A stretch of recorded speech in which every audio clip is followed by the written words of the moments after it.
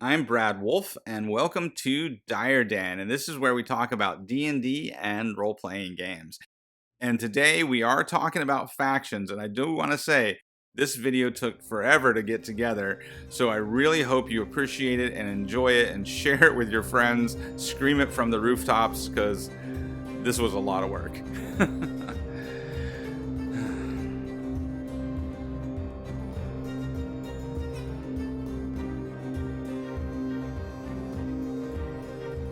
In the first campaign prep video, I recommend Four Corner Opposition, which is an idea I steal from John Truby's Anatomy of Story, which is a great book, but you can't directly apply that to role-playing games because you are not a screenwriter and you are not a novelist.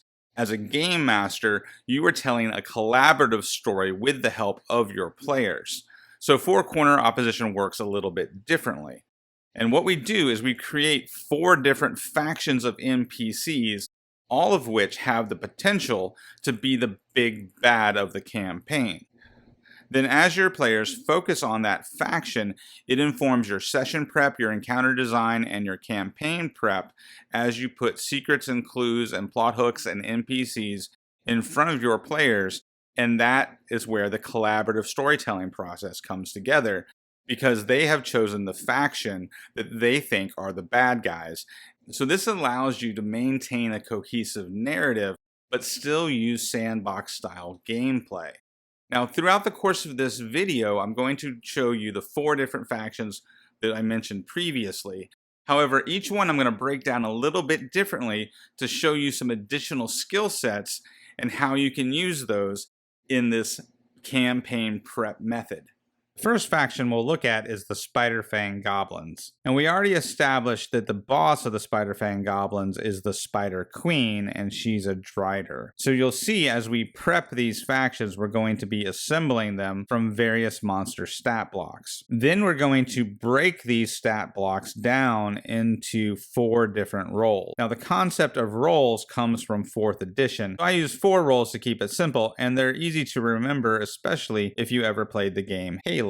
The 4 roles are grunts, brutes, elites, and leaders, and it will be very easy to drop the goblinoids into these roles. Grunts, of course, make up the bulk of the faction, and they're going to be our lowest challenge rating monsters. So for the Spider Fang tribe, Goblins and Hobgoblins make up our first 2 grunt entries. The next role is Brutes. The main character traits for Brutes is 1, they do more damage than Grunts, and 2, they can soak up attacks, either by having lots of hit points or by having a higher armor class. So for the first 2 Spider Fang tribe Brutes, we're going to use Bugbears and Hobgoblin Captains. The next monster role is Elites, and our first elite is going to be a Goblin Boss. It has the ability to trade places with another ally, and of course, like all goblins, it has the ability to disengage as a bonus action. So that allows the Goblin Boss to fill one of our elite roles, which is our Skirmisher type monster. The last role is Leaders, which I think is pretty self-explanatory, and we're going to fill the first 2 leader blocks with the Bugbear Chieftain and the Hobgoblin Warlord. So if we stopped here, this would be a pretty generic goblinoid faction. However, this is the Spider Fang tribe, so we're going to add wolf spiders for grunts and giant spiders for brutes. And then we're going to add ettercaps to our elites. And that fills one of our other elite roles, which is controller, because ettercaps have the ability to cast web. So to finish our faction, we're going to grab 2 monsters that aren't in the monster manual. These originally appeared in Volo's Guide to Monsters, and they were re-released in the new Mordenkainen's Monsters of the Multiverse. And one of those is the Hobgoblin Iron Shadow, because it's a stealthy assassin type creature. And now you can see all 3 of our different types of elite: the skirmisher, the assassin, and the controller. Then the Hobgoblin Devastator finishes off the last of our leaders because it gives us a good spellcaster for the faction. So that's the nuts and bolts, how I build a faction. But let's take a look at how to use the faction for encounter design and session prep.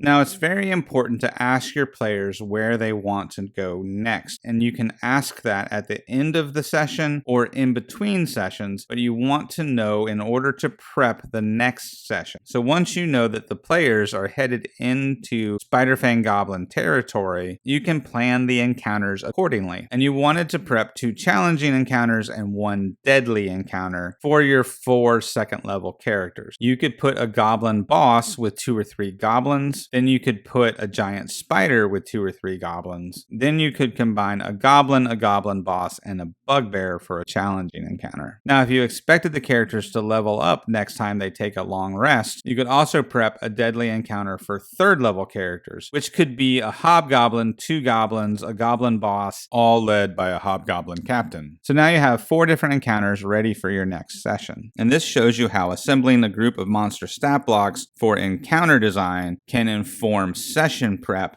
and that can expand into campaign prep. Because remember the well in our starting village? It was being polluted by the goblinoids. And the matriarch of the dwarf family made a deal with a hag, and let's presume the hag is connected to our Dawn Fae faction. And the hag's willing to remove the curse on the dwarf if the players bring her the hearts of 10 bugbears. So now we have a plot hook connecting our Dawn Fae faction to the goblinoid faction. Now, the leader of the Dawn Fae faction is the Queen of the Dawn, and we'll come back to her in just a minute. This faction's all about Faye, so we're starting with our sprite and our pixie. And of course, the sprite makes a good grunt, and the pixie makes a great elite. We also said in our previous video that the Dawn Fae are creating plant creatures to fight the ogres. We use twig blights and needle blights to finish off the grunts, and we add vine blights to our elites. And we'll add more plants to our brutes with awakened trees and shambling mounds. Then we finish off our brutes with red caps and finish off our elites with quicklings. And this brings us to our leaders and brings us back to our Dawn Queen. And for all 4 of those characters, we are going to use the Eladrin stat blocks. Our Dawn Queen will use the Spring Eladrin stat block, and the other 3 Eladrins will become our other 3 leaders. Because these factions are not just about building combat encounters. And the main thing I want to do is understand these leaders and their story. So we'll go with the fairy tale concept that Fae operate in a royal court. And this gives us 4 queens as the leaders to our factions. And we'll say each queen is responsible for the aspects of the fairy domains. So we'll have our Queen of Dawn and Delights, our Queen of Fairies and Wrath, our Queen of Harvest Moon, and our Queen of Mountains and Rivers. And while we're on this naming spree, let's take a look at our red caps, because the Fae are at war with the ogres, and red caps are created whenever someone is murdered. This would be a very useful defensive concept for the Fae, because anyone who goes to war and starts killing Fae is just going to create red caps. So with every act of violence against the Fae, you're only creating more of your opponent. And this, of course, is a great secret for your players to discover. So what I would do here is every encounter I design would include 1 red cap.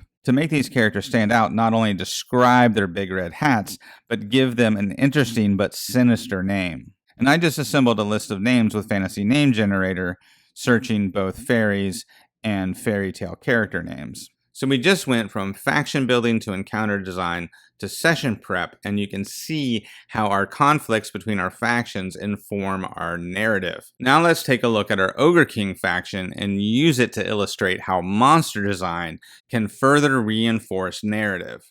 So the first thing we're going to do is grab the different type of ogres out of the monster manual. So we have half ogres for grunts, ogres for brutes, and an oni for one of our leaders. Then we can use the ogres from Mordenkainen's guide to fill out the rest of our brutes and a couple of our elites.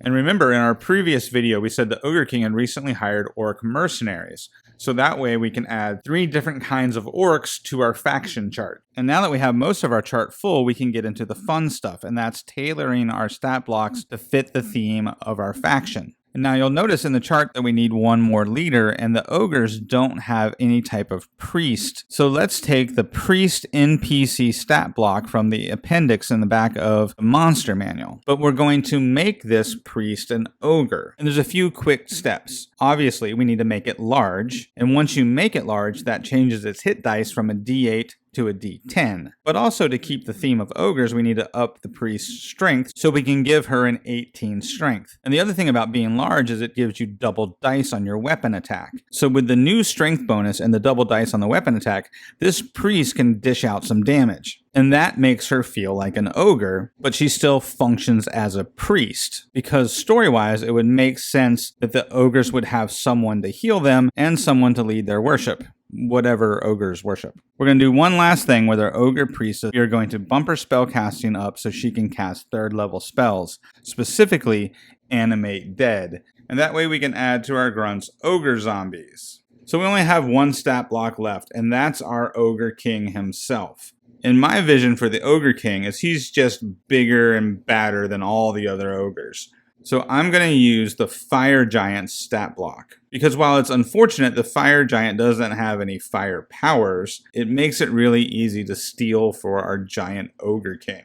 The only thing I would do is take away the fire resistance. But in order to make our Ogre King interesting, I'd give him some fighter battle master maneuvers. So he'd have the ability to push, shove, trip, and disarm his enemies because he's just so freaking huge. We have one faction left, and that's our Dragon Society, and we'll continue to use them to illustrate how to customize monsters, and we'll also use them for one more example of campaign building.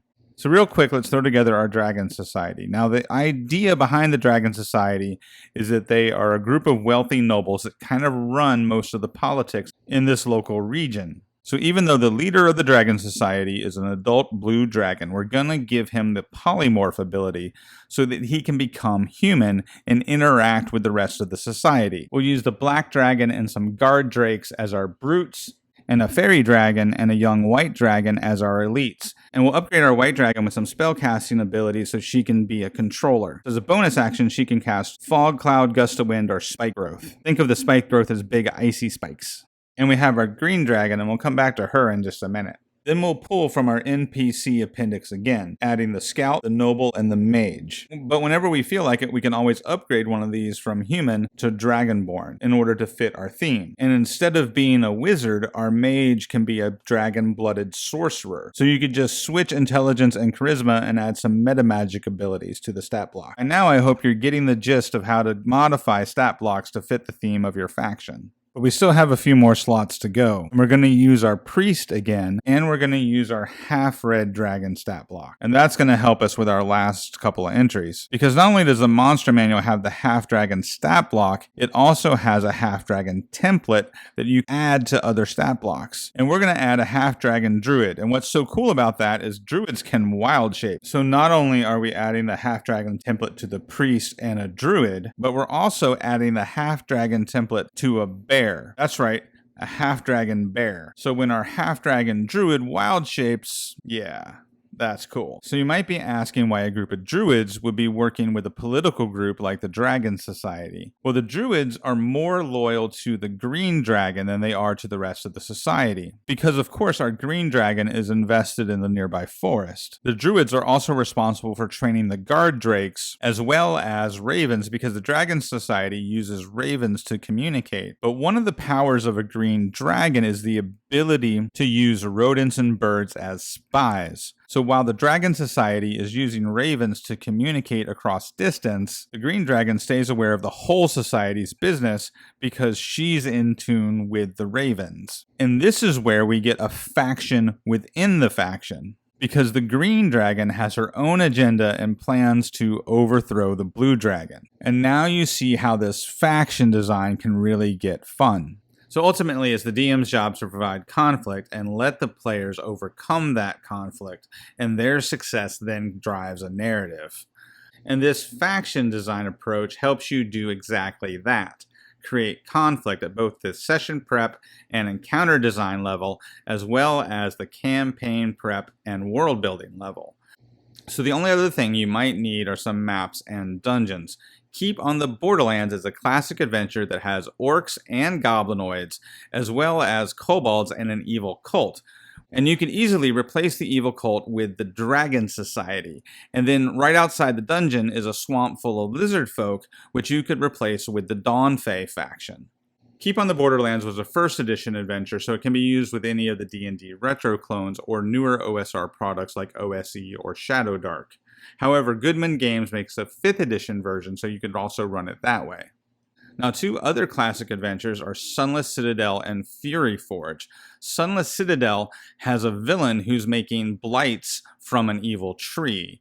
That's perfect for your Dawnfey faction.